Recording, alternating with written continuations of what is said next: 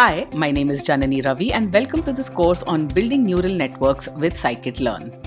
A little about myself. I have a master's degree in electrical engineering from Stanford and have worked at companies such as Microsoft, Google and Flipkart. At Google, I was one of the first engineers working on real-time collaborative editing in Google Docs, and I hold 4 patents for its underlying technologies. I currently work on my own startup, Lunicorn, a studio for high-quality video content. Even as the number of machine learning frameworks and libraries increases on a daily basis, Scikit-Learn is retaining its popularity with ease.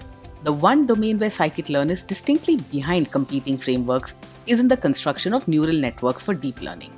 In this course, you will gain the ability to make the best of the support that Scikit-Learn does provide for building deep learning models.